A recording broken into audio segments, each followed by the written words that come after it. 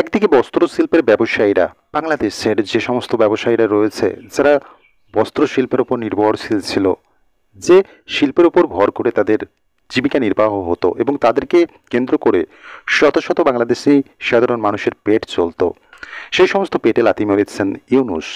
কার্যত ইউনূসের হঠকারিতা, ভারত বিরোধিতা এর ফলেই কিন্তু ভুগতে হচ্ছে সেই সমস্ত ব্যবসায়ীদের, বাংলাদেশের সাধারণ মানুষদের।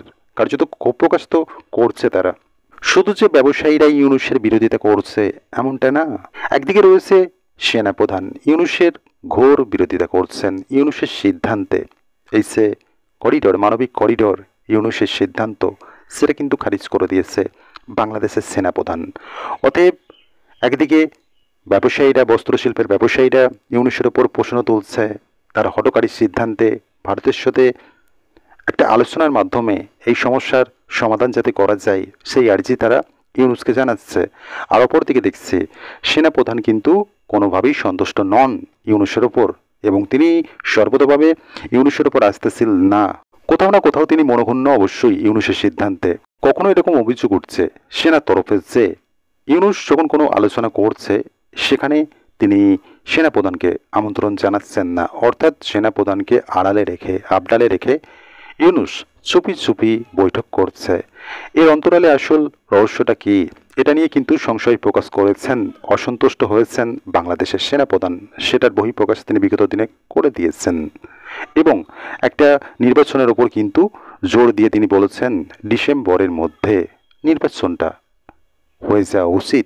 যখন ইউনূস বলছে সংস্কারের মাঝে এত তাড়াতাড়ি নির্বাচন করা সম্ভব না, এই যে ঢিলেমি, এটারই বিরোধিতা করেছে সেনাপ্রধান। সাথে আমরা দেখছি সেখানে যে বিএনপি দল রয়েছে তারাও কিন্তু ইউনূসের প্রতি অসন্তুষ্ট হয়েছে।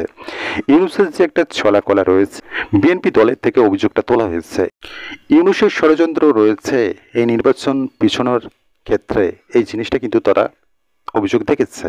এবং ইউনূসের আমলে যে গণতন্ত্র বলে কোনো জিনিস রয়েছে কিনা বাংলাদেশে, এটা নিয়ে যথেষ্ট সন্দেহ রয়েছে। যে সমস্ত ঘটনাগুলো ঘটে বা ঘটে চলেছে বাংলাদেশে, সেগুলো কিন্তু সেরকমই সংকেত দেয়। অর্থাৎ গণতান্ত্রিক দেশে আইন শৃঙ্খলা বজায় থাকে, অনৈতিক কাজ যত্রতত্র ঘটে না, এবং যেখানে এই সমস্ত বিশৃঙ্খলা, অরাজকতা যত্রতত্র ঘটছে যে দেশে যে গণতান্ত্রিক একটা শাসন ব্যবস্থা কায়েম রয়েছে, এটা তো বলা বোকামো হবে।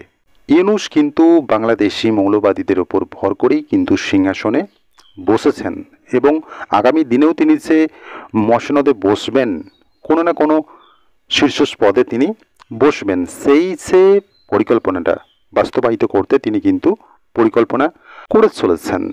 আমরা একদিকে দেখছি ইউনূসের কোথাও না কোথাও যে সমস্ত অনুগামী দল রয়েছে, বিশেষ করে সাম্প্রতিককালে গড়ে ওঠা যে এনসিপি দল, তারা কিন্তু একদম ইউনূসের একদম বিশ্বাসী অনুগামী হিসেবে কিন্তু তুলে ধরছে এনসিপি। এর পিছনে মুখ্য কারণ রয়েছে অন্য, অর্থাৎ এই যে ভোটের নির্বাচনের বিরোধিতা করা, ইউনূসের সুরে সুর মেলানো, এর পিছনেও একটা বড় কারণ রয়েছে। অর্থাৎ তাদের সংগঠন এখনো মজবুত হয়নি। হতে পারে সেটা কয়েক সারির ছাত্র নেতারা বেশ জনপ্রিয়তা লাভ করেছেন এই সাম্প্রতিককালের যে আন্দোলন হলো সেই আন্দোলনে, কিন্তু এর অর্থ এই নয় যে তারা দল করছে এবং সেই দল যে রাজনীতির ময়দানে চমকাবে সেটা কিন্তু নিশ্চয়তা নেই। অতএব তাদেরকে ভোটের ময়দানে লড়াই নামতে গেলে একটা সংগঠনের, মজবুত সংগঠনের প্রয়োজন, একটা সময় সাপেক্ষ ব্যাপার। সেক্ষেত্রে কিন্তু সেই সময়টা তারা পাবে না যদি তাড়াতাড়ি নির্বাচন হয়। অতএব ভোট বাক্সে তারা মুখ থুবড়ে পড়বে। অতএব ইউনূস যেটা বলছে সংস্কারের নামে এই যে নির্বাচন পিছিয়ে দেওয়া, সেইটাতেই তারা সায় দিচ্ছে। এর মধ্যে একটা পরিকল্পনা রয়েছে, সেটা তো স্বাভাবিকভাবেই বোঝা যায়। এবং অপরদিকে রয়েছে জামাতপন্থী, তারা তো একদম তীব্রভাবে ইউনূসের ভক্ত হওয়ার পিছনেও আমরা কারণ জানি। মৌলবাদীদের বারবারন্ত তাদের যে ছাড় দেয়া, সেটা ইউনূস করছে। বিভিন্ন সময় বিভিন্নভাবে ইউনূসের বিরুদ্ধে কিন্তু একটা অভিযোগ উঠেছে, এই ইউনূসের নেতৃত্বাধীনে যে সরকার চলছে সেখানে গণতন্ত্র বলতে কোনো জিনিস নেই। গণতন্ত্র কার্যত রেস্ট ইন পিস। কার্যত এই বিষয়টাকে নিয়েই কিন্তু কার্যত মন্তব্য করলেন বাংলাদেশের বিএনপির chairperson Khaleda Zia. BNP supremo তিনি এরকম একটা অভিযোগ রাখছেন, সরাসরি তিনি নাম বলছেন না, কিন্তু তিনি এই জিনিসটা বলছেন বাংলাদেশের গণতন্ত্র পদে পদে বাধার মুখে পড়ছে। অর্থাৎ তিনি সেই সময় বলছেন যখন ইউনূস সরকার চালাচ্ছে। অতএব স্বাভাবিকভাবেই বোঝা যাচ্ছে এই সমস্ত রাজনৈতিক দলের কিন্তু ইউনূসের প্রতি আস্থা নেই। ইউনূস যে ভুল পথে বাংলাদেশকে চালনা করছে, তার জন্য আগামীতে হয়তো তাদের ভুক্তভোগী হতে হবে, সেই জিনিসটা কিন্তু আস্তে আস্তে বাংলাদেশ বুঝতে পারছে।